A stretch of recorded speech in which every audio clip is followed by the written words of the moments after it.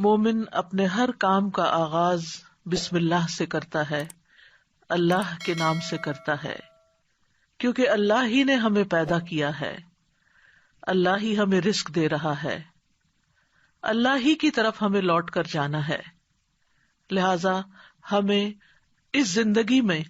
ہر کام کرتے ہوئے اپنے رب کو یاد رکھنا چاہیے۔ قرآن مجید کا آغاز بھی اللہ سبحانہ وتعالیٰ نے بسم اللہ سے کیا، اور ہمارے لیے یہی مشروع کیا کہ ہم اپنا ہر قول اور عمل بسم اللہ کے ساتھ شروع کریں۔ پہلی وحی کا آغاز بھی اللہ کے نام کے ساتھ ہوا۔ جبریل امین نے پہلی مرتبہ جب نبی صلی اللہ علیہ وسلم کو قرآن مجید کی پہلی آیت سکھائی تو فرمایا اقرأ بسم ربک الذی خلق،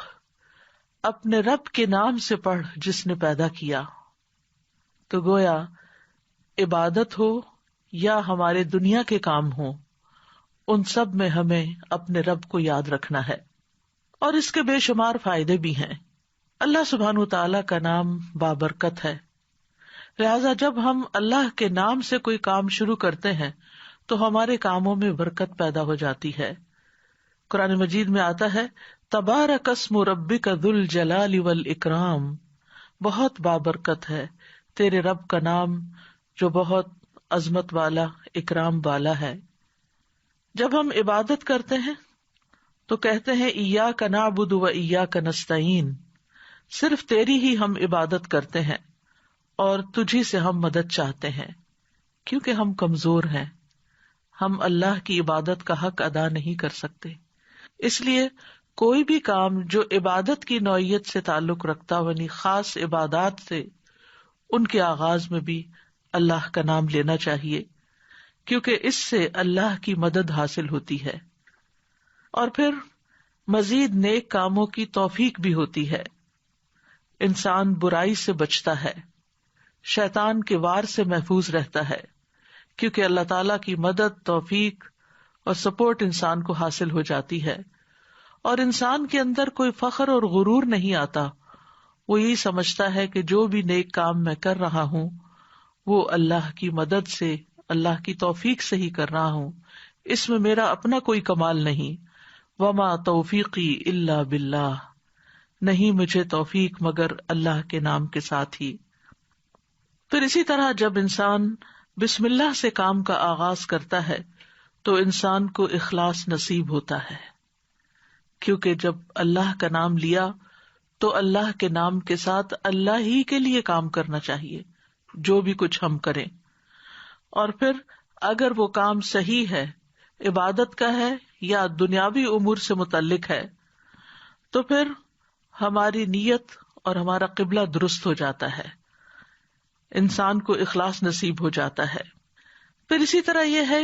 کہ انسان جب اللہ کے نام کے ساتھ کوئی کام کرتا ہے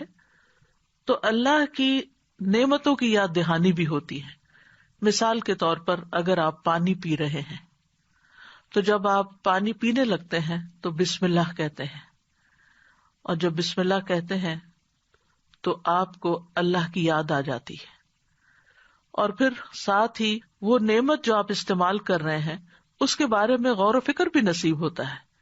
کہ یہ اللہ نے پانی پلایا ہے، اور پھر انسان کا غور و فکر اسے کہیں سے کہیں لے جاتا ہے، اس کے اندر ایک وسعت پیدا ہوتی ہے، وہ سوچتا ہے کہ یہ پانی میرے گلاس میں کہاں سے پہنچا، کس نے اتارا۔ تو ظاہر ہے کہ پانی کا پیدا کرنے والا بھی اللہ ہے، اور تمام چیزوں کو اللہ سبحانہ تعالیٰ نے پانی سے پیدا کیا۔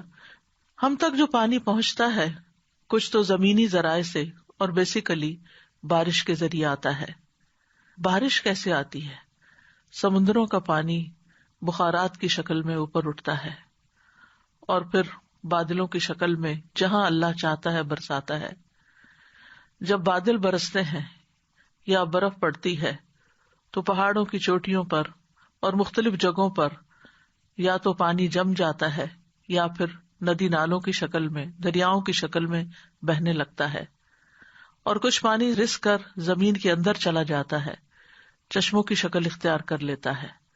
اور پھر مختلف ذرائع سے ہوتے ہوتے وہ ہم تک پہنچتا ہے جسے ہم پیتے ہیں، اور جب پیتے ہیں تو پھر اللہ کا شکر ادا کرتے ہیں اور آخر میں الحمدللہ کہتے ہیں. لیکن اگر اتنے اہتمام کے ساتھ جو پانی میرے گلاس میں پہنچا اس کو میں نے اللہ کو یاد کیے بغیر، نعمت دینے والے کا نام لیے بغیر ہی پی لیا، تو اس سے بڑھ کر ناشکری کیا ہو سکتی ہے. پھر اسی طرح اگر انسان کھانا کھاتا ہے اور اللہ کا نام لیتا ہے تو وہ ضرور سوچتا ہے کہ کیا جو کچھ میں کھا رہا ہوں یہ اللہ کی مرضی کے مطابق بھی ہے یا نہیں، حلال ہے یا حرام ہے، اور پھر کس طریقے سے میں اس کو کھا رہا ہوں اور کس طریقے سے یہ مجھ تک پہنچا ہے. ان ساری چیزوں پر بھی غور و فکر ہونے لگتا ہے. تو گویا بسم اللہ پڑھنا بار بار انسان کو اللہ کی یاد دلاتا ہے، اور اس طرح انسان اللہ کی اطاعت کی طرف مائل ہوتا ہے، اللہ کی دی ہوئی نعمتوں کو اللہ کی رضا میں استعمال کرتا ہے، اور اللہ کو یاد کرتے ہوئے اللہ کا قرب حاصل کر لیتا ہے. یعنی جب ہر کام کے شروع میں جب اٹھتے